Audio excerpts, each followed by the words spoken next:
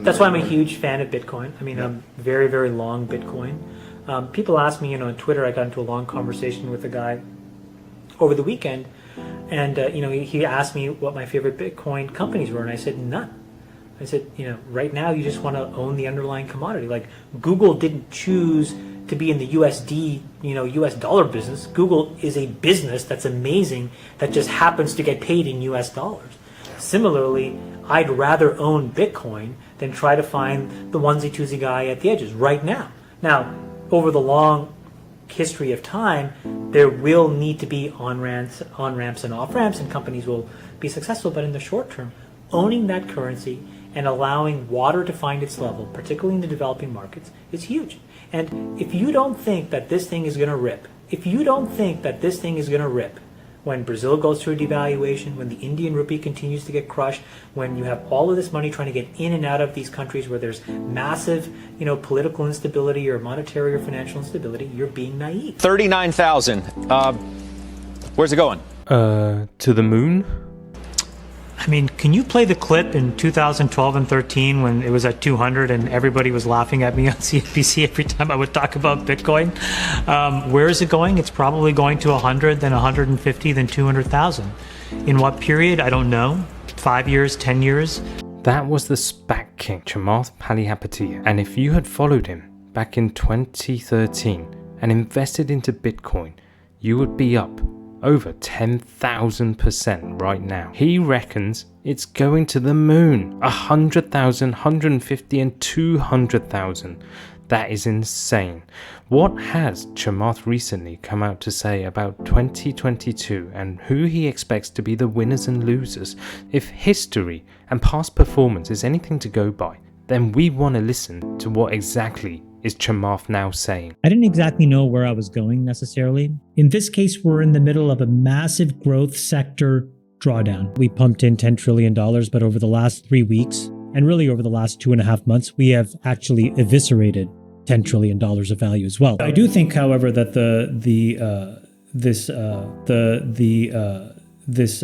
Stay tuned for this and more.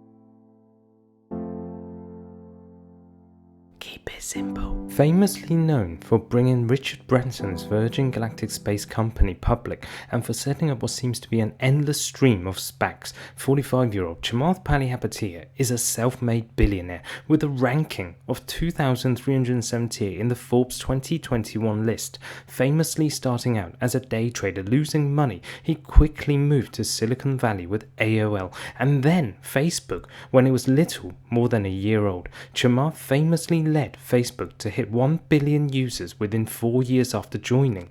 It was here that his fortune started amassing, and since leaving Facebook has gone on to start his own venture capital fund, Social Capital. He even owns part of the Golden State Warriors. So why should we take his comments seriously? In my opinion, after digging deep into Chamath's background and history to get to where he is today, with literally nothing, means that this man has some serious intellect or has some serious luck on his side. I kind of tell people, look, we actually just looked at a lot of data, we measured a lot of stuff, we tested a lot of stuff, and we tried a lot of stuff. Well, judge for yourself and let me know in the comments if you see what he sees incoming for the tech stocks. I've always been in a hurry. I didn't exactly know where I was going necessarily, but I felt an urgency around the things that I did. I knew that I had some raw potential. I didn't exactly know where and how I could put that best to work. In this moment, I'm going to try to be the best version of this person and achieve however the metric was. And, I was measured by trouble tickets. How many could I close? And it's like, I had to close them all. And I didn't even realize that even when I was trading stocks, that I was actually buying pieces of companies and that equity would create wealth. Now that is an understated line right there. Equity creates wealth. There have been 71 or 2 of these moments since 2009, where you have either a sector drawdown or a market drawdown. In this case, we're in the middle of a massive growth sector drawdown. Okay. The multiples on these companies are shrinking. People are reevaluating whether those multiples are worth it, irrespective of the quality of the company, because those are very high quality companies. So we're just re-rating the risk right now. Okay. And it's not broad based. So he's just summed up 2021 and the beginning of 2022. When you see a drawdown, meaning when the markets go down, it'll affect high growth tech first. It ended up touching a bunch of other areas second, like biotech. But he said this key thing, which is big tech will be the last to crack, but when they do, they are going to get shut. That is the marginal risk. The marginal risk is actually for a recession. We talked about this before. By the way, just to your point, you're right that we pumped in $10 trillion, but over the last 3 weeks, and really over the last 2.5 months, we have actually eviscerated $10 trillion of value as well.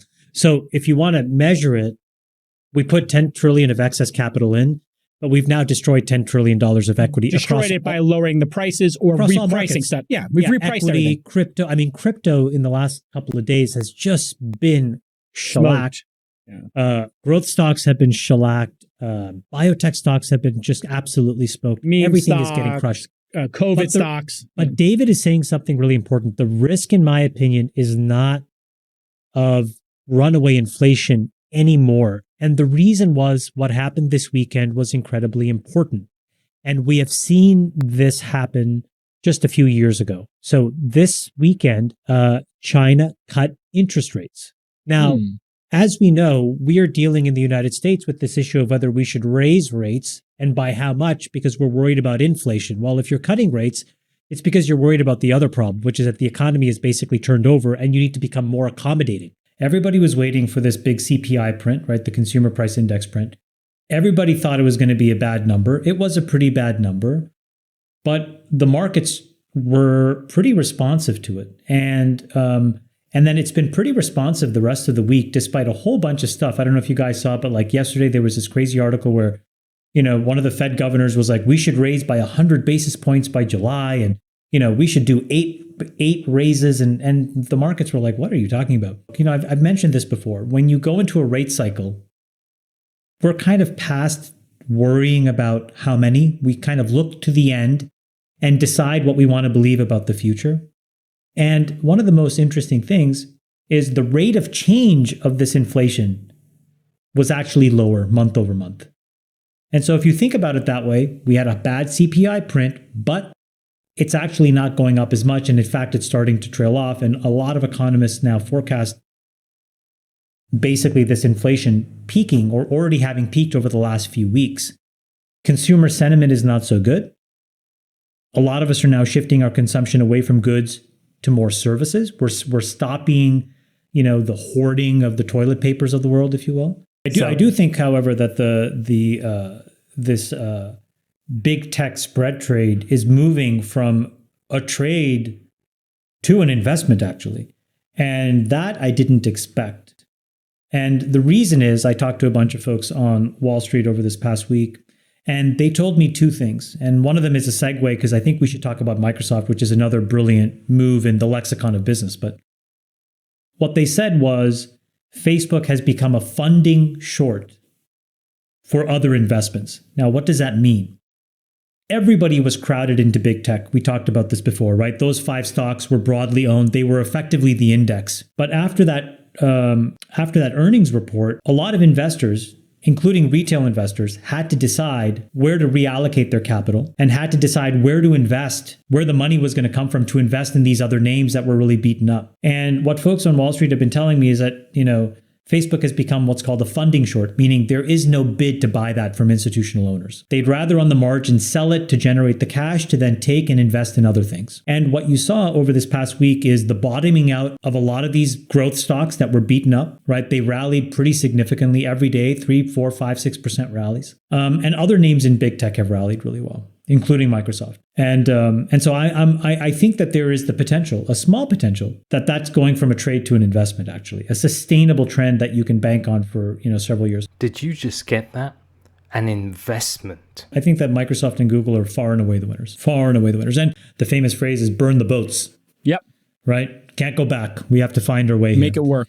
The way that's been extended in business is sort of what we would call scorch the earth, where you say that we're going to take all the economic value away from it. And I think this is a first step towards a really interesting play that Microsoft could pull, which is essentially to scorch the earth of app stores. If this doesn't tell you that Chamath has huge conviction in Microsoft, then what else do you need? The future is here. And here can be anywhere. Introducing Microsoft Mesh. Google is in a position to make the App Store effectively free. And then that puts Apple on a little bit of a desert island. So Jason, back to why I think you can keep Apple in that basket of shorts. The competitive pressures are mounting by the moves of Microsoft that I think are easier for Google to copy and very difficult for companies like Apple to copy because it creates an incredible disincentive. You know, what I saw at the time was that there is one business above all others that I think is immune amongst big tech from any sort of real long-term issues, and that's Microsoft. The second safest company is Google. And the reason is that Google has the best of both worlds. They're both a platform because of Android, but then where they are at risk of being an app, they have an incredible deal with Apple that blunts that effect, right? Think about it. Literally, you could ask a blind monkey, you know, on that dimension, how to rank growth stocks.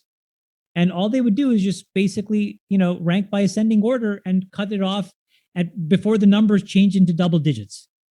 Pick your metric. That to me seems insane, right? Philip Morris causes cancer. I mean, let's just be honest about it, you know? Google organizes the world's information.